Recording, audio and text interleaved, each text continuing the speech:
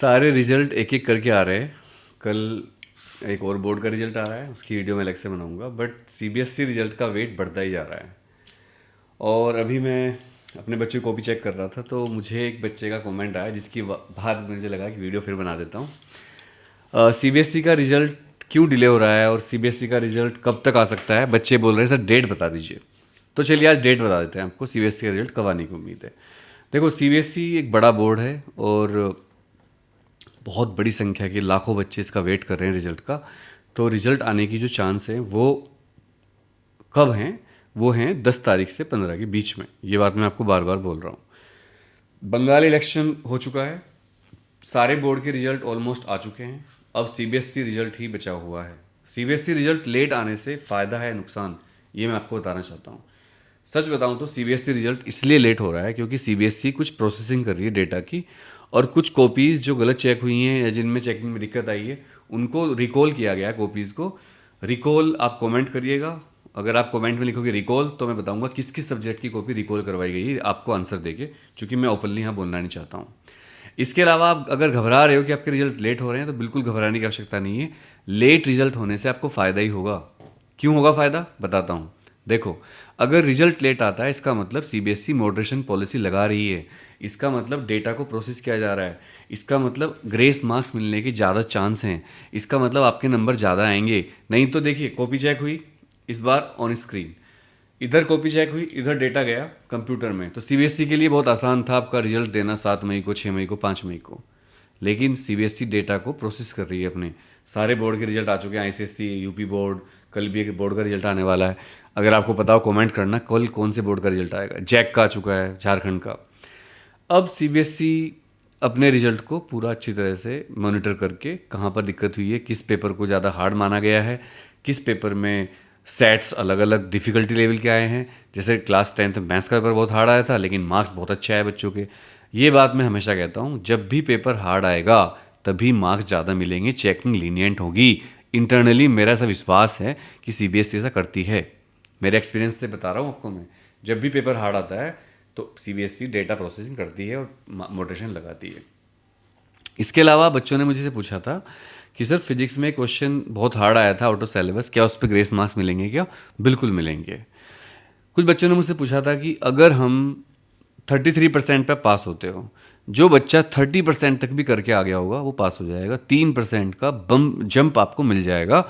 इसके अलावा मैं आपको एक बात क्लियर बता दूं, सीबीएसई में या किसी भी बोर्ड में 12th में थ्योरी में अलग पास होना होता है और प्रैक्टिकल में अलग पास होना पड़ता है। जबकि 10th में थ्योरी और प्रैक्टिकल मिलाकर पास होते हैं, जबकि 12th में थ्योरी में अलग पास होना पड़ता है, प्रैक्टिकल में अलग पास होना पड़ता है।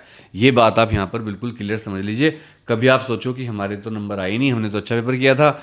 इसलिए नहीं आए क्योंकि आपने गड़बड़ करी है। अगर प्रैक्टिकल में आपके 30 नंबर हैं और थ्योरी में आप फेल हो रहे हो तो आपकी कॉपी दोबारा भी जांच हो सकती है। आपके कॉपी चेकर के ऊपर भी कार्रवाई होगी और स्कूल के ऊपर भी कार्रवाई हो सकती है कि आपने इस बच्चे को प्रैक्टिकल में 30 नंबर किस बेसिस पर दिए जो कि बच्चा थ्योरी में फेल हो रहा है। तो स्कूलों में प्रैक्टिकल का तो आपको पता ही है किस हिसाब से मार्क्स दिए जाते हैं।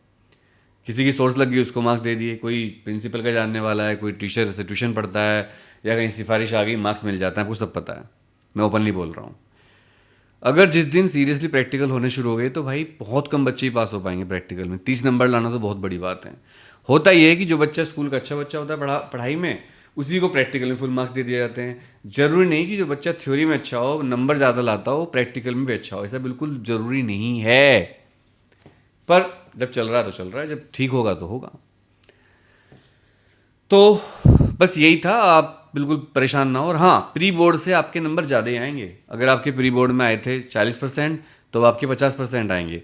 अगर आपके प्री बोर्ड में आए थे 50% तो 55% आएंगे। और अगर आप जानना चाहते हो कि आपके कितने नंबर आएंगे तो आप मुझे अपने प्री बोर्ड के नंबर बता देना, मैं आपको बता दूंगा आपके कितने नंबर आ सकते हैं। मुझे एक्सपीरियंस है भाई। अब बात करते हैं मेरे पेड सेशन की और सीयूटी रामबाण गैस पेपर की। सीयूटी के पेपर 11 मई से हैं और लास्ट तक चलेंगे।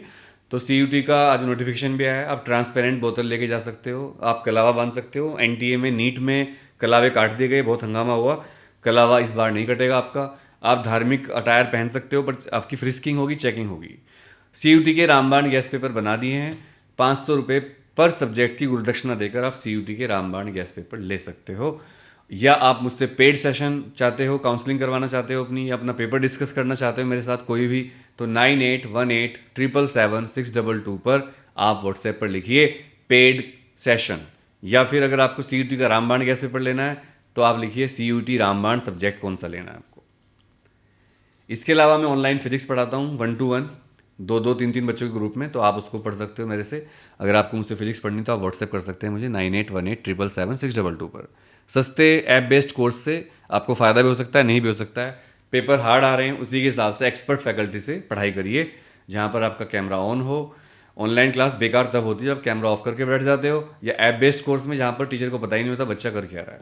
डियर पेरेंट्स, अच्छे चीज़ से पढ़वाइए, चाहे ऑफलाइन या ऑनलाइन, बच्चों का भविष्य सुरक्षित करिए। और कॉन्सेप्ट समझिए, रटिए मत। हमारा एजुकेशन सिस्टम पूरा रटने पर बेस्ड है, इसलिए हम बहुत पीछे रह गए।